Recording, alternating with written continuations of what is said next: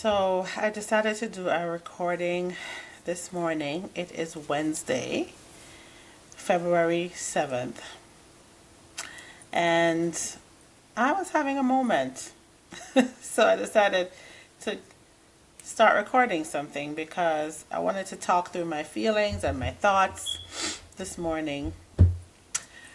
You know, things are not perfect in life, and sometimes your thoughts will take you into a place you don't expect to be. And this morning, I just came out of a meeting with my daughter's, I guess the staff that works with my daughter at her school, my youngest daughter, Lillian. She's 5 years old and in kindergarten. And as I was in this meeting, they were going over certain how she's doing. She's meeting certain standards, and she's been getting some intervention just to help her get caught up. She's always the youngest in the class, I guess. So, she's still trying to catch up to her peers and, how to achieve growth in math and growth in ELA, things like that. So I was in the meeting with the teacher. I was saying to her that I noticed a pattern with most of my children having had to have some type of intervention in their academics because either they were low achievers or they're making growth but not enough growth that matches the norm, not for all of my kids. Maybe a few of them I've seen this pattern. And I started to think about that a little bit after the meeting. And typically when I can relate to moms who have a lot of guilt. I'm one of those moms who experience mom guilt when it comes to my children because of how things were, when I was married, and just some of the chaos that existed in their lives. And I get this guilt, when it comes to them, and I wonder if their lack of achievement academically has to do with just what they've been through, their inability to really learn well when your emotions are everywhere, when your emotions are disturbed. And then I started to think about, well, there are families that are in chaos, and those kids really push and they achieve, So I'm kind of talking through in my mind, like, why are these things happening? Why don't I feel like any of my kids are at the point I wish I could say I'm so proud academically.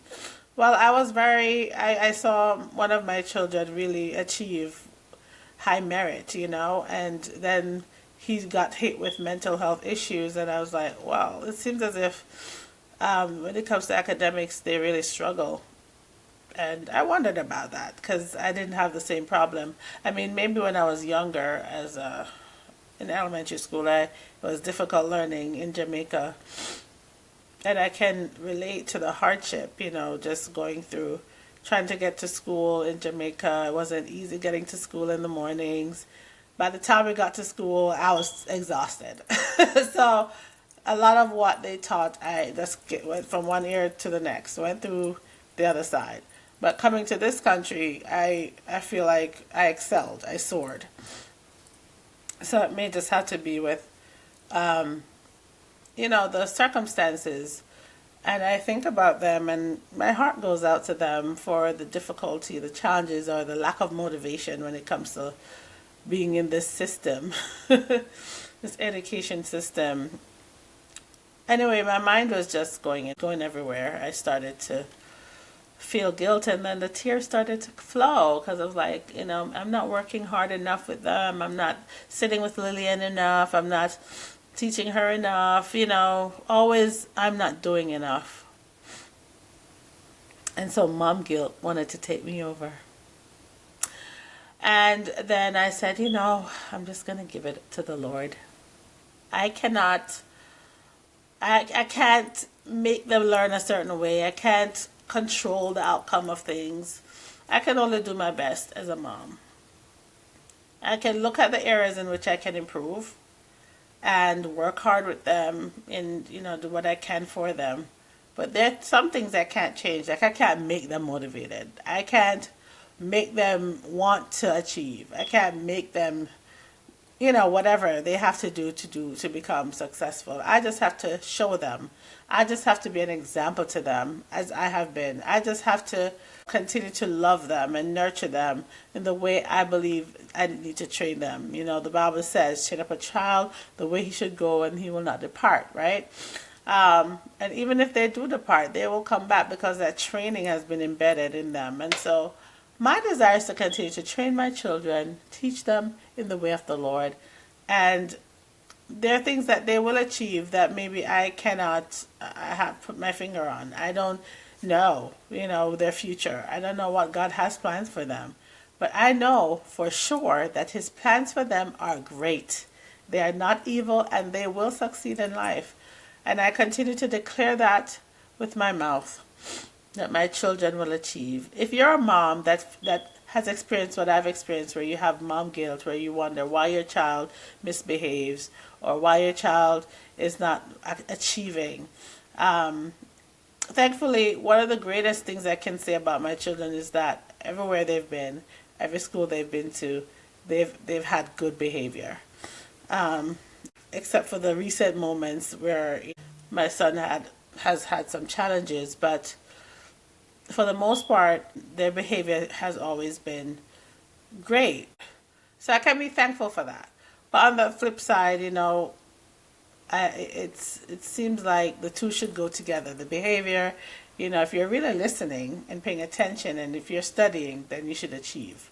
And it reminds me of how limited we are, even when we try to do good.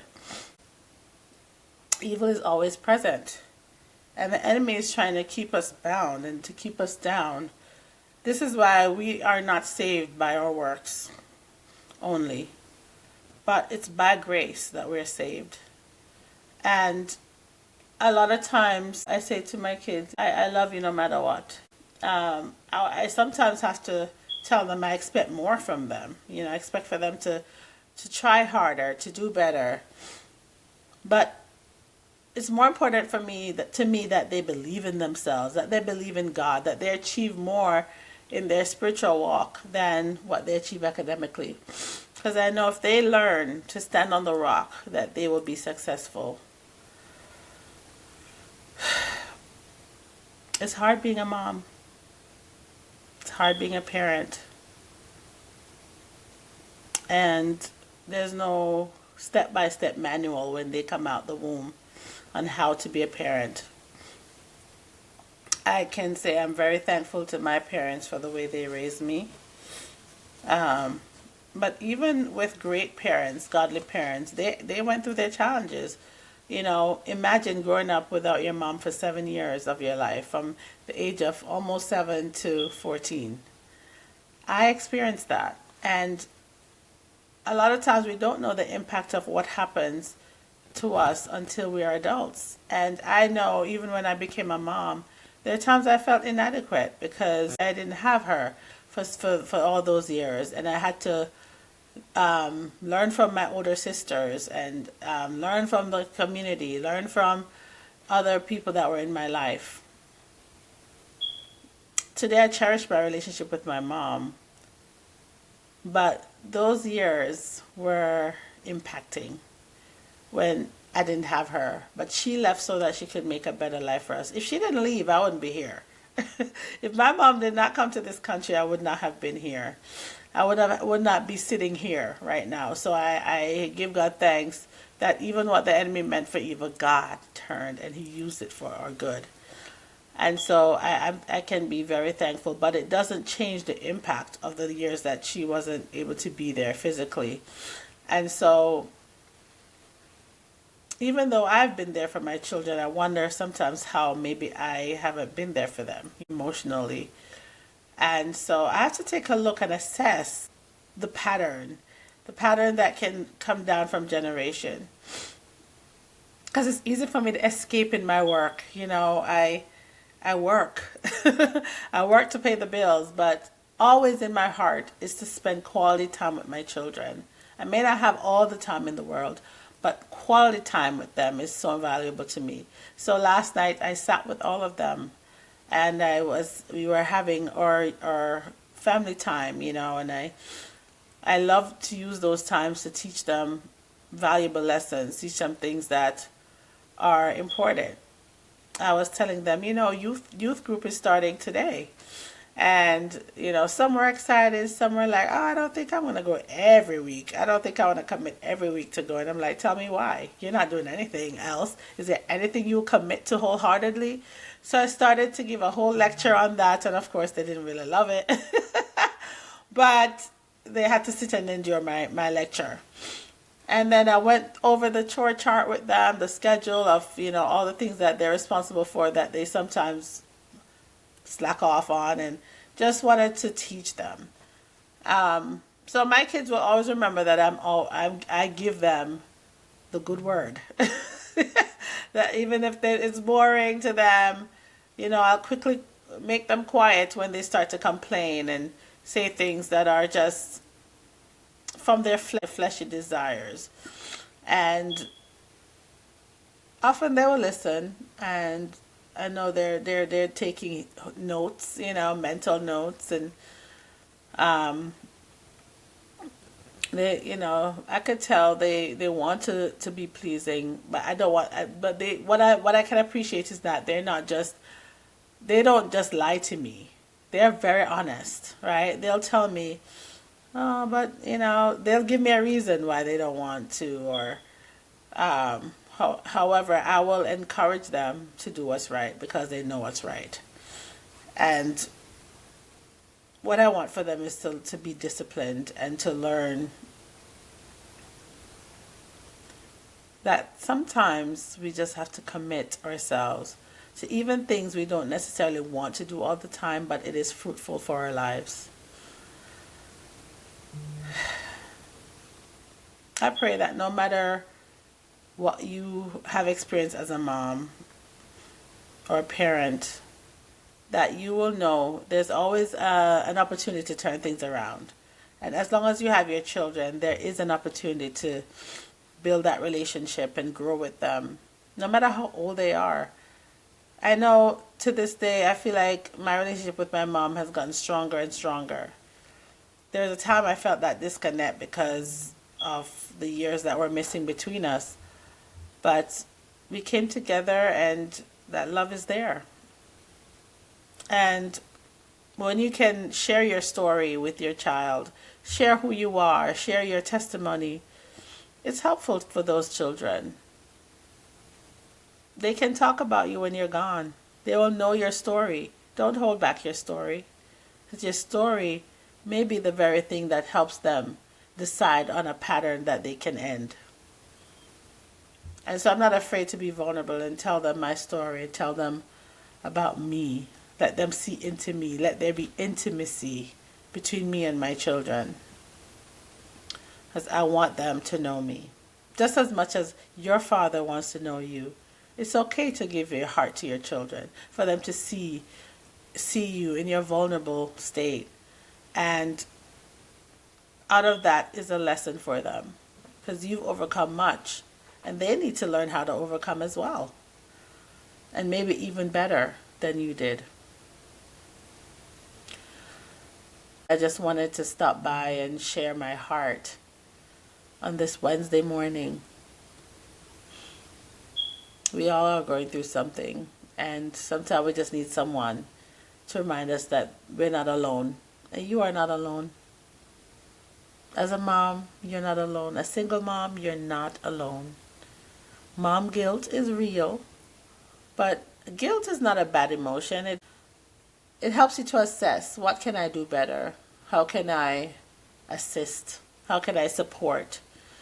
What can I do to make it a lot better? But what I'm not going to do is condemn myself for what I don't have control over right now. All I can do is make necessary changes so that things get better and better. Okay? And so I just wanted to share my thoughts, share my feelings. Maybe not so profound today. But my desire, even with my children as a mom, is to stay married to the will of God, to do His will concerning them, because I don't want to mess them up. I don't want to mess them up. God has entrusted me with their care, and I don't take it lightly. I don't take it for granted. I want to do right by them. I want to teach them, love on them, and continue to show them a good example of someone who's not perfect but strives to live a life holy, and acceptable before God. I want them to see that. I can see some of them are waking up. Some of them are still sleeping, when it comes to the things of God. And I pray every day that they will wake up and yearn for Him and acknowledge Him for the rest of their lives. I know the day will come when I'll see it for all of them, but I'm thankful for the glimpses I have. I'm thankful for how they have, been willing to even work at church, and they're very involved, So I'm very thankful for the positive things I've seen come of them recently. And I'm not hearing the teachers complain. So my children are doing well. But sometimes we want more. And it's okay that they're not all academic scholars and on the principal's honor roll, but I'm thankful that they are children that love me and they honor me with their words, I can tell. I'm thankful for children that listen. I'm thankful for children that want God. I'm thankful for children that are kind. I'm thankful for children that want to be successful in life. They may not know how, but all they need is guidance. Your teenager needs a mom. Your teenager needs their dad. Your teenager needs guidance. They're not yet grown. I had to say that to their father the other day. You don't only have one child. You don't only have a 5-year-old. You have all these other children. He was like, yeah, they're grown. They're older. I'm like, what does that have to do with anything? I have to still be there for them. So don't look at your teen and think they got it together, so they should know better. No, they still need help. They still need guidance. They still need you, mom. They still need you to teach them. They're not done growing. They need you. So put your guilt aside. Put your sadness aside about what's not accomplished, what they're not doing right. And assess what you can do to be more supportive. What can you do to help them through this season of their lives? They need you. Let me emphasize that. They need you. Don't give up on them. They're not ready. Just because they turn 18 doesn't mean they're ready either. You have to be wise. Don't just kick them to the curb because you're tired of them. But find a strategy. Ask the Lord to help you.